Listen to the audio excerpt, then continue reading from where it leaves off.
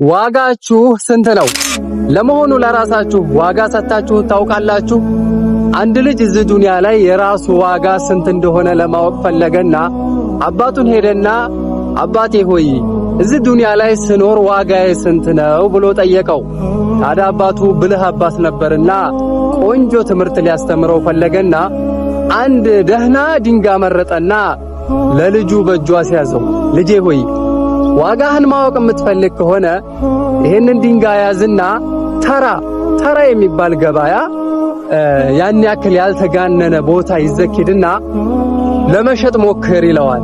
ዋጋውን ሲጠይቁህ ግን በአፍህ ሳትናገር በጣትህ ብቻ 2 የሚል ምልክት አሳያቸው ይለዋል።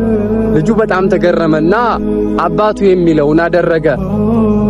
ያንን የተሰጠውን ድንጋይ ያዘና እዛ ተባለበት ገበያ ቦታ ይሄዳል። ያንን ድንጋይ የሚፈልጉ ሰዎች ወደ ልጁ ይመጡና የዚህ ድንጋይ ዋጋ ስንት ነው ብለው ይጠይቁታል ልጁን። ልጁም ታዲያ አባቱ ልክ እንዳለው 2 ይላቸዋል። 200 ነው ብለው ጠየቁት። ልጁ ተገረመና ወደ አባቱ ተመለሰና አባቴ ሆይ ያልከኝን አደረኩኝ፣ 2 ጣቴን አሳየኋቸው 200 ነው ብለው ጠየቁኝ ብሎ ይለዋል። አሁንም አባትየው የሚያስተምረው ትምህርት ስላለ አሁንም ይሄን ድንጋይ ያዝና ጥሩ ነገር የሚሸጥበት ትላልቅ ሰዎች ያሉበት ቦታ ያዝና እዛ ቦታ ይዘክደህ ሽጥ ይለዋል። ልጁም ታዲያ አባትየው ልክ እንዳለው አደረገና ያንን ድንጋይ ይዞ ወደ ተባለበት ቦታ ይሄዳል። እዛ ቦታ ላይ ሲደርስ ታዲያ ልክ አባትየው እንዳለው የድንጋዩን ዋጋ ሲጠይቁት 2 ጣቱን ብቻ ያሳያቸዋል። 2000 ነው ብለው ጠየቁት። ታዲያ ልጁ አሁንም ተገረመና ወደ አባቱ ተመለሰና እንዳልከኝ ያደረኩኝ፣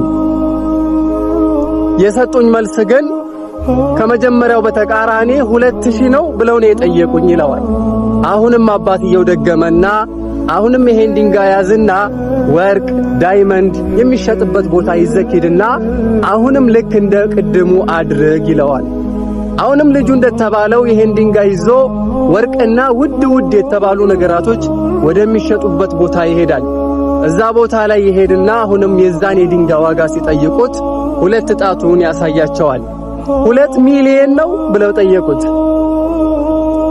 በጣም ተገረመና የሶስተኛው በጣም አስገረመው። ወደ አባቱ ይመለስና 2 ሚሊዮን ነው እንዴ ብለው ጠየቁኝ ይለዋል። አባትየው እንግዲህ አሁን ለማስተማር የፈለገውን ነገር አግኝቶታል።